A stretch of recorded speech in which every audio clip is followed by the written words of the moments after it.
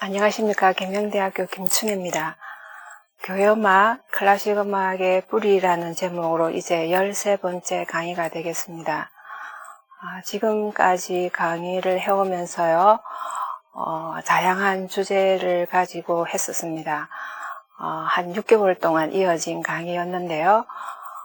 앞쪽 부분에는 성경에 나타난 하나님의 말씀에 의한 교회 음악 혹은 예배 음악을 알아봤었고요. 그러면서 초기 교회 그리고 중세 교회까지 거의 우리가 이제 왔습니다. 오늘은 제가 연주한 찬송가가 지난번 것과 같기 때문에요. 앞쪽 부분과 뒤쪽 부분 두 개 다 본 강의로 하도록 하겠습니다. 오늘 강의는 1500년대에 있었던 두 개의 그 교회의 개혁 내용입니다. 앞쪽 부분은 이제 가톨릭 교회의 교회 개혁 내용입니다. 가톨릭 교회를 먼저 하는 것은 지금까지 우리가 그 중세 교회의 주로 가톨릭 교회의 그 모습이었기 때문에 이해하시는 게 조금 더 쉬울 것 같아서 이렇게 하겠습니다. 그리고 후반부는 이제 여러분이 잘 아시는 루터와 칼빈 교회의 그 개혁 내용을 특히 음악 부분에서 알아보도록 하겠습니다. 앞서 강의한 몇 번의 강의에서요, 이 회의가 몇 번 제가 언급을 했었는데요. 트렌트 공의회입니다. 가톨릭 교회 자체적으로 개혁의 운동을 이제 한 것이죠. 그래서 카운터 레포메이션이라고 합니다. 마틴 루터가 개혁한 건 일반적으로 레포메이션 이렇게 하잖아요. 근데 그건 1517년이고 그 시작되고 칼빈하고 쭉 이어서 나오지만 이 트렌트 공의회는 1545년부터 있었던 회의거든요. 그래서 루터 이후죠. 그렇기 때문에 이미 있었던 그 개혁 운동에 대응되는, 반대한다는 의미가 아니라요, 카운터라는 뜻이 그와 대응되게 맞춰서 거기에 따라서 또 자체적으로 하나의 그 개혁 운동이 있었던 의미라 해서 카운터 레포메이션이라고 하는데요. 이 트렌트 공의회는 가톨릭 교회의 굉장히 중요한 회의였습니다. 그 내용이 거의 20세기까지 이어올 정도니까요. 이 회의는 1545년에 시작해서 1563년에 이제 완성 끝나고 반포를 한 그런 회의인데요. 한 18년 동안 회의를 한 것이죠. 물론 쭉 이어서 한 건 아니고요. 45년, 47년, 40년대, 그리고 51년, 52년, 50년, 1550년대, 그리고 1562년, 63년, 이렇게 중간에 휴회한 적은 있고요. 이렇게 연도를 3번으로 나눠서 세 시기로 이렇게 나누기도 합니다. 18년 동안 이어졌던 이 회의에서요, 약 어떤 기록에 따라 조금 다르긴 하지만 한 255여 명의 주교들이 모여서 참석해서 회의를 했다고 하는데요. 이 회의의 주된 그 의도라 하나요? 목적은 이제 여러 글에서 다른 얘기를 하고는 있지만 이 1500년대가 여러분이 아시겠지만 벌써 제가 루터 언급했고요. 그 다음에 칼빈, 그리고 쯔빙글리, 그 다음에 스코틀랜드의 낙스, 그리고 또 아시는 분은 또 영국의 성공회입니다. 1534년 헨리 8세가 내가 교회의 머리다 이렇게 하는 수상령을 발표하면서 가톨릭 교회가 떨어져 나왔거든요. 그래서 1500년 루터 이후에 그 트렌트 공의회 시기 사이에는 굉장한 변화가 다양한 가톨릭 자체에서는 도전을 많이 받은 시기라 할 수 있습니다. 그래서 교회 자체 내에서, 가톨릭 교회 자체 내에서 재정비를 하고 고칠 건 고치고 아니면 정확한 거는 다시 반포를 하고 이렇게 하는 움직임을 이제 이 한 18년 동안 회의를 한 것인데요. 그래서 말하기를 가톨릭을 유럽이 쪼개져 나온 다양한 교회로 짜겨져 나온 것을 다시 유럽을 재가톨릭화하는 그런 의도가 있지 않았나 이런 의미도 있긴 합니다. 그렇지만 궁극적으로는 교회는 개혁하는 것이죠. 그게 가톨릭 교회든 개신교회는 셈퍼 레폼한다. 지난 시간에 제가 말씀드린 대로요. 교회는 늘 개혁하는 것입니다. 그래서 이런 개혁 운동은 참 의미 있는 것이라 하는데요. 이 개혁을 통해서 사실은 루터와는 그야말로 완전히 앙숙이 될 정도 혹은 완전 단절이 되었다고 합니다. 물론 그전에도 그런 거였지만 그 의미는 그 안에 한 17개 정도의 칙력을 이제 굉장히 중요한 세목, 물론 그 안에 들어가면 더 자세한 건 있는데요. 발표를 하는 내용에 보면 루터의 주장한 여러 가지 그것들을 이제 condemn이라고 하거든요. 단죄, 정죄, 저건 잘못된 것이다. 잘못된 것이 절대 우리는 이거는 용인할 수 없다. 잘못된 것이고 우리가 옳은 것이다. 이렇게 이제 말할 정도로 이렇게 완전히 이제 단죄하면서 그런 측면들이 있습니다. 그래서 가톨릭 자체의 개혁도 있지만 결속도 있고 다양한 의도가 있겠죠. 그래서 이런 것들인데요. 교회 자체의 개혁은 참 좋은 것이고요. 그렇지만 우리는 지금 알아볼 것은 음악에 관한 것입니다. 이 회의를 통해서 음악에서 어떤 언급들을 했는지 여러 개가 있는데요. 그 중에 몇 가지만 알아보겠습니다. 우리 현재와 우리가 생각해 볼 수 있는 것들을 알아보겠는데요. 우리가 중세 끝에 얘기를 하면서 교회 음악이 상당히 화려해지고 수준 높아지고 예술적으로 뛰어났는지 모르지만 그렇지만 그 내면의 모습들은 좋지 않은 것들을 많이 얘기를 했었거든요. 그런 것들입니다. 그래서 예를 들면 트로핑이라고 있는데요. 노래하는 그 독창자 경우가 많습니다. 그 한 선율을 이렇게 챈트를 하는데 그 사이사이에 굉장히 장식적인 선율들을 많이 자기 임의대로 많이 장식적으로 만드는 것들이 있었는데 트로핑이라고 하는데요. 그것을 많이 규제하게 됩니다. 그렇게 너무 화려하게 기교를 조금 자제하거나 가끔은 금하기도 하고요. 그래서 그 가톨릭 교회 그 당시에 부속가라는 시퀀스가 많았었는데요. 그 부속가도 굉장히 엄격히 절제하게 됩니다. 한 4개, 나중에는 5개까지 허용만 하고 많던 부속가를 이렇게 금지시켰거든요. 그거는 우리 개신교에서 크게 뭔가 궁금할 수도 있지만 관계가 적을 수도 있는데요. 그 외의 것들은 우리와 많이 유사한 것들이라서 소개를 하겠습니다. 예를 들면 중세 후반기로 오면 교회 안에서 부르던 그 챈트가 사실은 제가 중세 교회 음악의 정신 얘기할 때 가사를 얘기했었는데요. 그 가사와 선율을 얘기할 때 음악적인 소재가 챈트라고 했거든요. 교회 안에서 부르는 챈트를 가지고 오르간도 하고 합창, 성가대도 하고 이렇게 했었는데요. 중세 후반기로 가면 서서히 교회 밖에 있는 선율들이 교회 안으로 들어옵니다. 그래서 작품, 그러니까 오르간 곡도 물론이고 물론 드물지만 합창곡에서는 특히 성가대 곡에서 챈트로만 안 하고 교회 밖에서 부르는 선율을 가지고 곡을 만드는 그런 일들이 이제 빈번해지기 시작했습니다. 그래서 이것을 금지입니다. 트렌트 회의에서 하지 말거라. 밖에 있는, 다른 말로 말하면 세소, 그 당시 세소이라는 의미는 교회 밖에라는 의미거든요. 교회 밖에 있는 선율을 갖고 와서 합창곡으로 만들지 말거라. 이런 의미였습니다. 그래서 이것도 나름대로 우리가 지금 한번 같이 생각해 볼 수 있는 것이긴 합니다. 그러면서 다성도 얘기했습니다. 너무 다성을 많이 복잡하게 얽히게 하지 말고 가능하면 가사도 들릴 만큼의 적절한 다성음악 모방을 하되 다른 성부와 다른 가사를 부르되 어느 정도 가사가 들릴 수 있을 정도의 조금은 제한된 좀 온건한 다성음악을 했으면 좋겠다. 이것도 였습니다. 그래서 가사를 잘 들리도록 가능하면 다성음악을 하되 이것은 바로 팔레스티나가 잘 이런 거를 극복해서 좋은 곡을 썼었는데요. 이것이었습니다. 그 다음에요. 팔레스티나가 있던 그 베드로 성당 거기는 주의 혹은 대부분 아카펠라였습니다. 무반주였는데요. 저번에도 말씀드렸지만 그 로마 이외에 특히 베니스 같은 이런 굉장히 진보적인 도시들 안에서는 악기를 많이 사용했었거든요. 교회 안에서 많이 이렇게 관현도 나올 정도로. 그래서 그 시끄러운 악기, 그 쿵짝쿵짝 했는지 모르지만 좋게 말하면 화려하고 장엄하고 멋있는 그런 관현이 동원된 합창 음악이었는데요. 그 시끄러운 악기 소리를 가능한 줄이거라.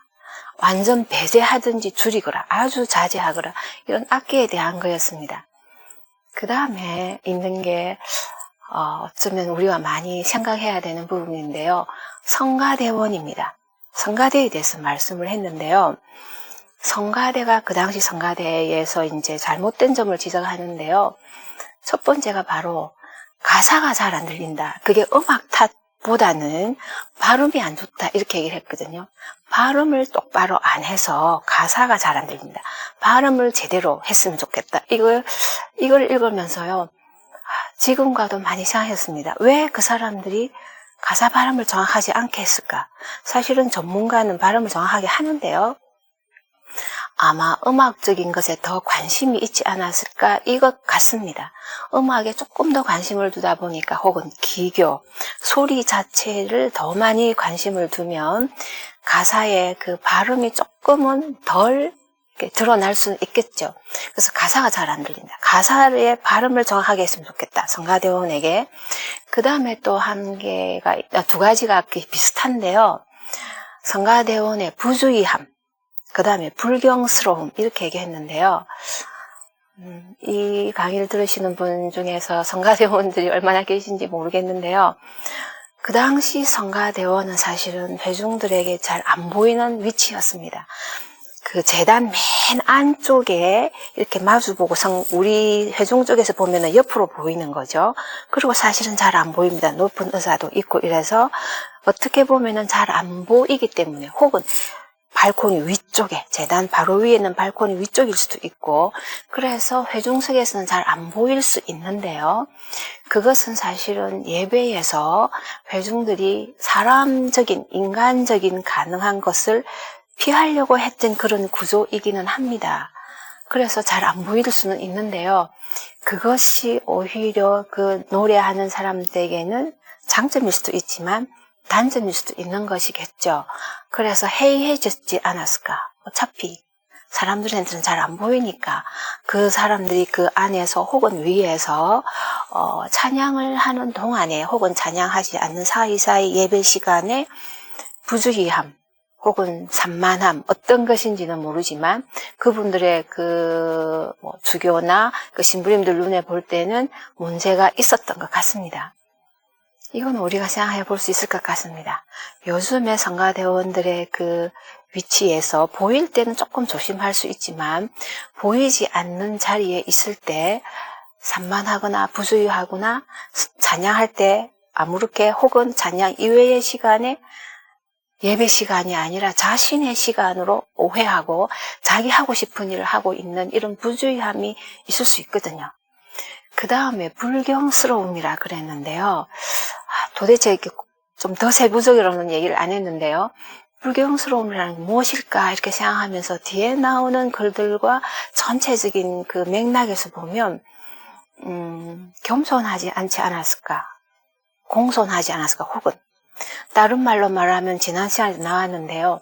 자랑스러운, proud하다, 교만하다 이런 이제 그 단어들이 나왔듯이 그 음악을 자기들이 즐거움을 위해서 어떻게 보면 기교를 자랑하려는 혹은 자기가 즐기는 음악 자체를 즐기는 하나님을 찬양하는 것보다는 그 음악에 빠져서 하나님을 잇는 그러한 인간적인 그 불손 혹은 불경스러운 거겠죠. 그런 점을 얘기한 것 같습니다. 그래서요, 1555년에 그 당시 교황은 그 바오로 4세였는데요. 이분이 말씀하신 것이 있었는데 그분의 글에 보면 찬양하는 데서 찬양할 때 그리고 이 교회 안에서 예배를 할 때는 이 교회는 하나님의 기도하는 집이다. House of Prayer. 하나님의 기도하는 집인데 기도하는 집 안에서 불순하고 impure, 깨끗하지 않는 불순하고 음탕하다 이랬는데요. 제가 그 단어는 아마 영적인 면에서라고 생각합니다. 하나님을 찬양하는 순수한 신앙적인 헌신적인 모습이 아니라 개인의 욕심이나 혹은 그게 욕심이 과할 때는 탐욕도 되겠죠. 명예나 자랑이나 이런 것들이 그런 불순한 혹은 음탕한 하나님을 섬기는 순수하지 못한 마음 그 모든 것들을 제거해야 된다. 제거하거라. 이런 이제 그 말씀을 하는 것들이 있는데요. 그 음악 내용에서도 중요하겠지만 가사나 그쵸 그 선율에서도 중요하고 작곡하는 법에서 중요하겠지만 찬양을 하는 사람들의 마음, 자세 그것도 있지 않을까 싶습니다. 그래서요 이 이후에 이제 그 곡들을 보면은 당연히 이것들이 개선된 것이죠. 너무 다성이지 않고 호모포니를 조금 더 가는 경향, 단성 음악, 자성과 같이 한 화성이 이렇게 직선으로 나오는 수직으로 나오는 그런 음악들, 그러면서 약간의 다성이 섞여 있는 그런 음악들, 가사를 잘 드러내도록, 가사를 명료하게 또 드러내도록 하는 것들이겠죠. 악기는 당연히 절제하면서 나오고 대입법을 적게 하고 이러한 모든 것들, 또 그 중에 또 이 위에 규정하는 데는 없었는데요. 조금 더 순차적인 진행을 많이 했다고 합니다. 온건한 선율, 순차적인 리듬, 순차적인 그런 그 선율들. 그러면서 화성면에서도요, 너무 반음계를 좀 잘 안 쓰도록 하는. 그리고 세속적인 그런 양식, 세속적인 이미지, 그런 느낌을 가능한 자제하려고 많이 했다고 합니다. 가톨릭 교회에서 이렇게 자체적으로 교회 음악을 좀 쇄신하고자 하는 그런 노력은 참 귀한 모습이라고 생각합니다. 그 이후에 나오는 여러 가지 이제 글귀들을 보면요. 늘 지적하는 것들이 비슷합니다. 무엇이냐 하면 귀에 공허한 즐거움을 주지 않도록 해야 한다. 예배 음악은 하나님께 드리는 겸손한 예배 음악인데 인간의 그 즐거움을 얘기하면서 귀에 공허한 즐거움 이렇게 표현했거든요. 그런 즐거움을 우리는 제거해야 된다. 그거는 막아야 된다. 우리가 자제해야 된다. 이것을 늘 얘기합니다. 그래서 가사를 드러내서 오로지 하나님을 찬양하고 그게 보면은 하나님을 즐거워하는 그 기쁨을 묵상하도록 해야 한다. 묵상하도록 만들어야 한다. 하나님을 찬양하는 것은. 가톨릭 교회가 1545년부터 1563년 긴 시간 동안 이렇게 교회의 자체적으로 정비를 위해서 이렇게 노력한 것들을 보면 우리 교회가 지금 물론 우리가 루터와 칼빈을 알아보겠지만 현재 교회도 어떤 노력을 해야 될지 그분들의 그 정신, 그 자세를 배울 것들이 참 많다고 생각이 됩니다. 그러면 우리 개혁교회에서 어떤 모습으로 또 교회 음악을 또 쇄신, 가톨릭과 다르게 어떤 모습을 가졌는지 잠시 간주 들으시고 또 알아보겠습니다.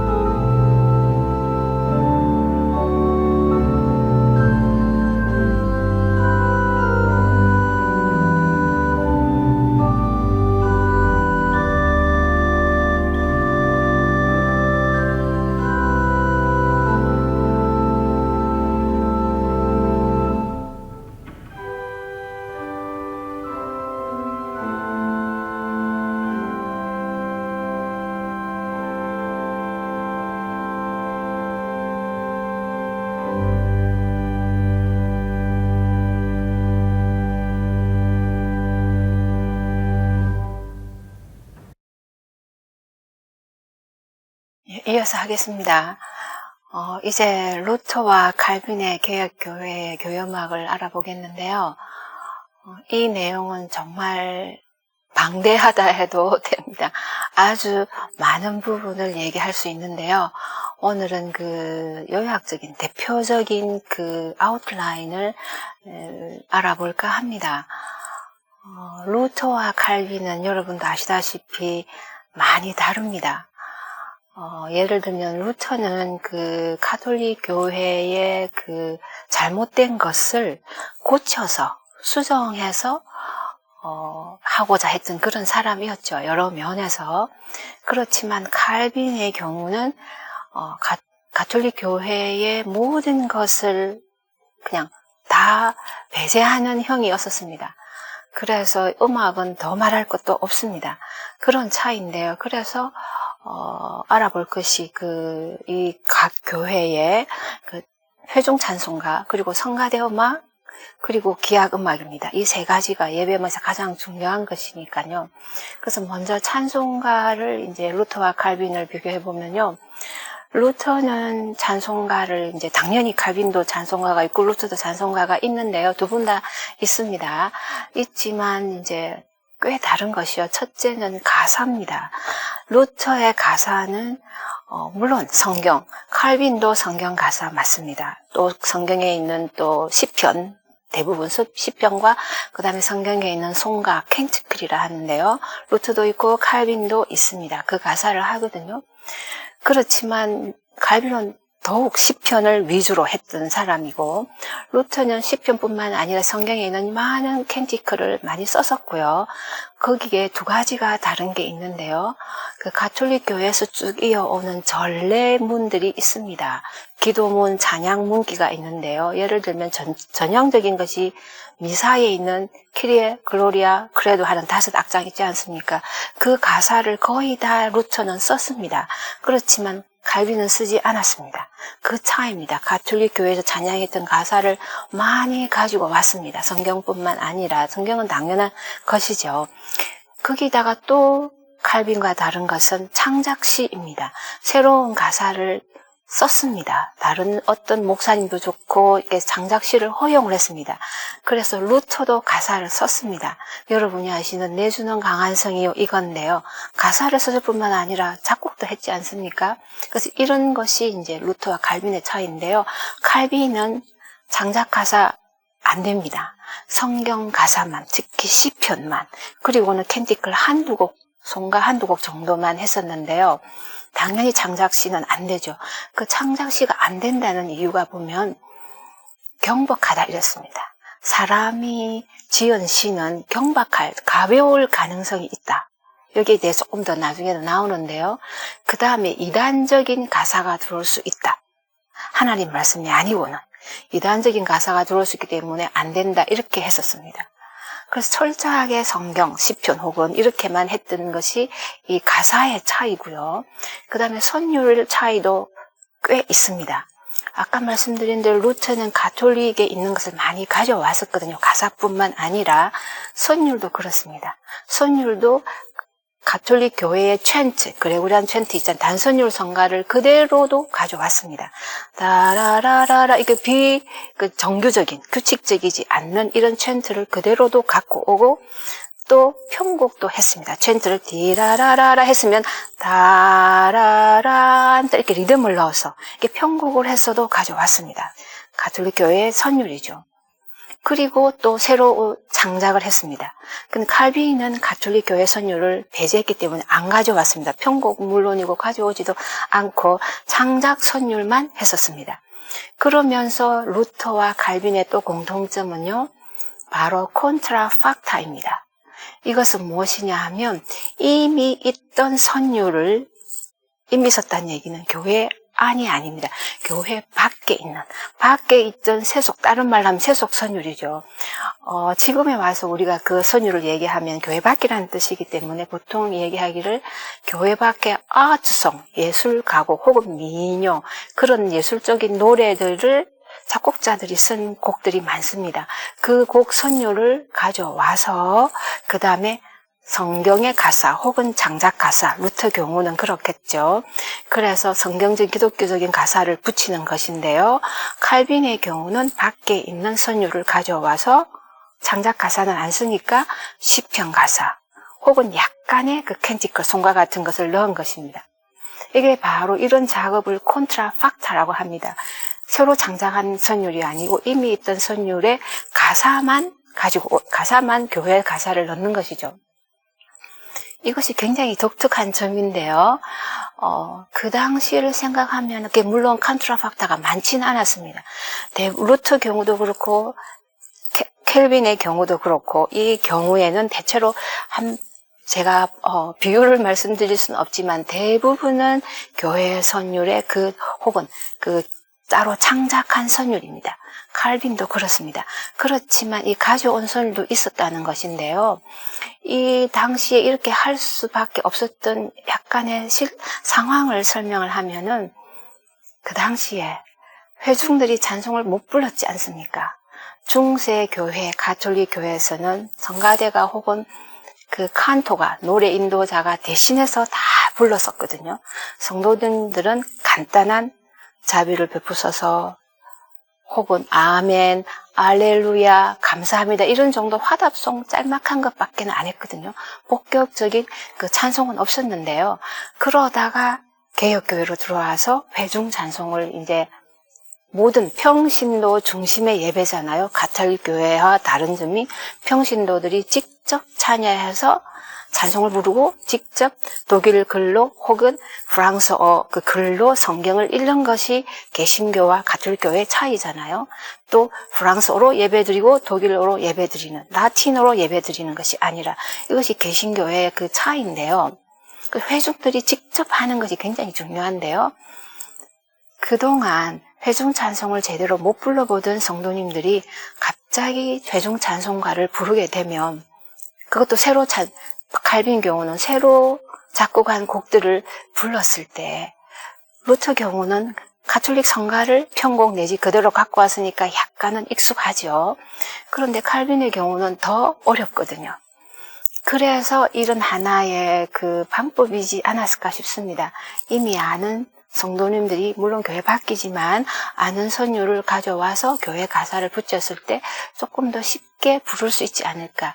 이런 면에서 저는 가능할 수는 있겠다 이런 생각은 합니다. 그래서 이렇게 선율을 이렇게 가져와서 찬송을 했습니다. 다른 기회에 찬송가에 대한 걸 자세히 하고요. 그 다음에 성가대입니다. 루터는 성가대가 있었습니다. 특히 성가대를 하되 루터 경우는 그 가톨릭 교회에 라틴어로 된 합창을 했었습니다. 이것도 조금 특별합니다. 사실은 독일어로 된 합창곡을 할 수 있지 않았을까 싶은데, 물론 있었겠지만 그건 아주 예외적이고요. 대부분은 한동안은 루터 교회는 그 라틴어로 된, 중세 교회처럼 라틴어로 된 성가대 곡을 했었습니다. 합창을 했었습니다. 그런데요, 칼빈은 합창 음악을 배제했습니다. 금지시켰습니다. 반대했었습니다. 일단 칼빈의 경우는 그 유니슨, 한음으로만 부르는 거는 좋아했습니다. 처음에는 이 찬송가도 조금은 부정적이었습니다. 그렇지만 루터 교회에서 회중 찬송가의 의미를 보면서 충분히 할 수 있겠다 이런 이제 생각에 이제 회중 찬송가를 도입했는데요. 그건 한 선율만 가는 거지 않습니까? 근데 칼빈의 경우는 한 선율에 다른 음이 있어서 화성을 만드는 것을 반대를 했었습니다. 그래서 물론 가사 이유도 있긴 있지만 그런 장식적이고 다양한 음들을 섞어서 인간적으로 뭘 만드는 것을 별로 안 좋아했습니다. 사람은 그런 기교는 하나님께 드릴 필요는 없다. 그냥 가장 단순하고 소박하고 겸손한 것이 최선이다. 한 선율만 밖에 없이 쫙 이렇게 부르는 이거였습니다. 그래서 성가대를 반대를 했었는데요. 제 생각은 그 중세 교회에서 성가대에서 저번에 좀 이제 잘못된 그런 것도 있지 않았습니까? 트렌트 공유에서 지적을 했듯이 공허한 화성, 화려한 장식, 너무 다성, 그리고 기호적인 인간적인 그런 예술을 따라가는, 하나님을 찬양하기보다는 그 예술적인 미를 취했던 그러한 면도, 그게 대해서도 부정적이지 않았을까 그런 생각도 합니다. 그래서 합창음악을 반대했었습니다. 성가대는 없습니다. 이것이 제가 하면 참 많이 안타까웠기는 합니다만, 그분의 그 칼빈의 그 마음을, 그 정신은 우리가 이해할 수 있을 것 같습니다. 그러면 악기도 마찬가지입니다. 루터는 오르간을 그대로 답습했습니다. 그래서 오르간을 계속해서 사용했고, 물론 한동안은 교대 연주했습니다. 회중찬송가는 무반주로 하고, 합창도 성가대도 무반주로 하고, 오르간은 따로따로 특별한 부분, 그리고 교대 연주식으로 이렇게 따로 많이 했었습니다. 그렇지만 오르간을 사용했었습니다. 그리고 서서히 다른 악기 필요할 때 관 혹은 현도 들어오거든요. 뒤에 보면은 슈츠나 바흐 말할 필요도 없고, 물론 한참 후의 일이긴 하지만 이런 관현이 조금씩 들어왔을 때도 있습니다. 모든 정규적인 예배는 아니지만 특별할 때는 사용했었습니다. 그런데 칼빈은 악기를 반대했습니다. 그 악기 반대한 이유의 가장 큰 것은 가사가 없는 거였습니다. 가사가 필요하다는 것이죠. 기악에는 가사를 넣을 수 없으니까 아무리 가사가 있는 그 한 절을 따와서 중세 때 한 것처럼 그 선율을 가지고 한다 하더라도 가사는 없기 때문에 기본적인 것은 그렇고요. 그리고 기악에 대해서 사람의 입으로 하는 하나님께 찬양하는 그거 외에 다른 무언가를 통해서, 사람이 아닌 다른 무엇을 통해서 하나님을 찬양할 건 아니라고 봤던 것 같습니다. 그래서 이제 우리가 초기 기독교에 보면 기악을 금지하는, 기악이 필요 없다고 했던 그 유명한 신학자들 중에서 그 이유를 댄 분 보면요, 구약 성경에 하나님께서 많은 기악들을 허락하셨지만 그때는 구약 시대 그 이스라엘 그 백성의 예배 때고 지금은 아니다, 이렇게 말한 분이 계셨는데요. 칼빈도 그런 입장이었습니다. 구약 성서에 하나님께서 그 악기를 주셨지만 지금은 아니다. 근데 그 악기를 주신 이유 중에서요, 제가 특이하게 읽은 부분이 있는데요. 거기 보면 사람이 성숙하지 못했기 때문에 하나님께서 다양한 악기를 허용하셨다, 이렇게 돼 있더라고요. 그래서 그것도 조금은 이해는 되었었습니다. 왜냐하면 아카펠라 악기만 없이 사람의 육성으로만 하게 될 때 굉장히 아름답고 순수한 음악입니다. 그렇지만 그것을 늘 그렇게만 들을 때는 조금은 지루할 수도 있고, 단순하기 때문에 거기서 오는 발전적인 모습이 좀 힘들 수도 있다고 저는 보거든요. 이해할 때도 힘들 수도 있고, 좀 매너리즘에 빠질 수도 있고, 우리가 본래 사람은 습성이 되면은 거기서 새로운 것을 느끼기가 힘들거든요. 그런데 다양한 악기가 있으면, 오르간으로 혹은 지금의 우리 경우는 피아노로 혹은 다양한 그런 클래식 악기, 물론 그 당시는 칼빈의 의미에는 그런 다양한 클래식 악기니까요. 그런 악기가 있으면 다양해지잖아요.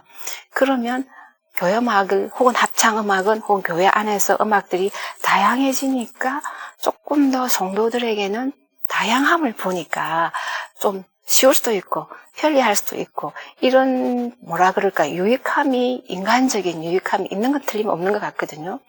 그래서 이런 면을 사람이 성숙하지 못해서 그 악기를 하나님께서 허락을 하셨다, 이렇게 이제 말씀하신 면에서 보면 일면은 이해가 되면서도요, 그렇지만 성경 전체를 보면은 하나님은 우리에게 다양한 것을 주셨기 때문에, 사람이 할 수 있는 여러 가지 재능과 이 땅에 많은 것들을 주셨기 때문에 그것을 활용해서 하나님께 찬양하고 예배하는 것은 좋아하시는 것 같거든요. 그렇지만 칼빈은 그랬었습니다. 어떻습니까? 찬송가, 성가대 음악, 그 다음에 기악 음악, 루터와 칼빈은 너무 다릅니다. 루터는 하나님 말씀 그 다음으로 교회 음악 혹은 음악을 높이 평가했던 사람이거든요. 그렇지만 칼빈은 음악을 가능한 한 자제하려고 그랬습니다. 그래서 담백하고 단순하고 검소하고, 그래서 그 칼빈의 그 음악에 대한 그 자세를 보면요, 뭐라 그랬냐면 음악은 사람의 마음에 불을 지핀다 이랬거든요. In flame. 뮤직이 사람 마음과 하트에 인플레임, 불을 지피는 그런 음악에 힘이 있기 때문에 찬양을 할 때는 하나님께 드리는 음악은 반드시 세 가지를 얘기했는데요. weight, 무게감이 있어야 되고, 무게가 있어야 되고, 두 번째는 장음함, majesty거든요. 장음함이 있어야 되고, 장중함이죠. 장중함은 무게가 있고요. 그 다음에는 modest 그랬는데요. 겸손함이 있어야 된다. 겸손함. 그래서 어떤 음악, 인간적인 그런 기능적인 그 장식보다는 그 무게감을 줘야 되기 때문에 너무 빨리 부르면 안 된다. 이거는 가톨릭 교회에서도 트렌트 이후에 그 얘기가 나오긴 합니다. 템포를 적절한 템포로 가서 가사를 잘 들리고 찬양이 되고 묵상이 되게 해라 했는데요. 칼빈도 그 입장은 같습니다. 무게감을 주고, 템포를 너무 빨리 하지 말고 무게감을 주고, 그리고 프라우드하게 하지 말고, 그 불경한 얘기가 나왔듯이요. 겸손하게, 소박하게, 단순하게, 겸손하게 하고, 그렇지만 장엄함, 머제스티한데 장엄함을 줘서 하나님을 찬양해야 된다. 그래서 성가대의 그런 화려함은 필요치 않다. 악기의 사용도 필요치 않다. 사람이 가진 이 육성만으로, 한 선율만으로 아주 순수하고 담백한, 퓨어하고 담백한, 심플한 이런 말씀을 줄곧 하시고 계시거든요. 이제 우리 현재의 교회를 한번 생각해 볼 수 있을 것 같습니다. 음악은 굉장히 그 사람에게 주는 의미가 있습니다. 루터도 그렇고 칼빈도 그랬듯이 하나님을 찬양하는 음악은 당연히 예배입니다. 예배와 직접 되는 바로 그 음악이 예배인데요. 그러면서도 동시에 루터와 칼빈이 생각했던 것이 바로 교화입니다. 영적인 성숙, 영적인 교육, 영적 교육에 굉장히 중요한 초점이 있었는데요. 찬양만 하는 것이 아니라 그 찬양을 통해서 성도들이 영적으로 성숙해지는 것이 필요하다. 교육이 필요하다. 그냥 단순한 즐거움은 절대로 아니다. 어떤 음악을 듣든 음악을 통해서 영적으로 성숙, 그 다음에 인격적으로 성숙, 품위 있는 기독교인을 성도를 만드는 것은 교회 음악이 꼭 해야 될 일이다. 이렇게 얘기를 하거든요. 지금의 교회 음악을 한번 생각해 볼 필요는 있을 것 같습니다. 지금의 교회 음악이 하나님을 찬양하면서 우리의 영적 성숙을 도와주는지, 우리의 인격적인, 우리의 품위를 도와주는 것인지 이것도 한번 생각해 볼 수 있겠고요. 이제 앞으로 그 루터와 칼빈의 음악들을 조금 더 자세히 들어가면서 왜 이런 음악이 우리 현재의 같은 개혁교회인데 어떻게 적용해서 할 수 있을까? 모든 시대마다 그 나름대로의 그 좋은 점도 있지만 세속적인 면은 다 있거든요. 초기 기독교에서 세속적인 면이 또 있었다면 중세 교회에서 볼 때도 또 그 세상은 또 나름대로의 세속적인 문화가 있거든요. 지금 21세기 우리의 사회에서는 또 어떤 세속적인 문화가 있는지 아시잖아요. 그런 거에 대응해서 우리가 어떻게 교회 음악을 개혁할 수 있을지, 새롭게 할 수 있을지, 로마서 12장 2절에 보면 이 세상을 본받지 말고 not conform 그랬거든요. 본받는 것을 영어로 conform이라 했는데 본받지 말고 따라하지 말고 동화되지 말고 transform, 변화를 받아, 한글로는 변화를 받아 했는데요. 동화를 받아서 같이 가지 말고 변화를 받아야 된다 했거든요. 변화를 받아서 하나님께서 원하시는 온전하고 선하시고 기쁜 그 하나님께서 원하시는 뜻이 무엇인지 분별하라 그랬거든요. 이것이 하나님께서 원하시는 것이고 그 분별함으로 인해서 하나님께서 원하시는 거룩함, 홀리네스, 세상과 다른 분별됨, 떨어짐, 거룩함을 유지할 수 있을 것 같거든요. 앞으로 이 로마서 12장 2절 분별되는 이 세상과 어떻게 다를 수 있는지, 현대의 세속 문화와 어떻게 우리는 다를 수 있는지 함께 고민하는 시간을 가지도록 하겠습니다. 그럼 다음 시간에 뵙도록 하겠습니다. 고맙습니다.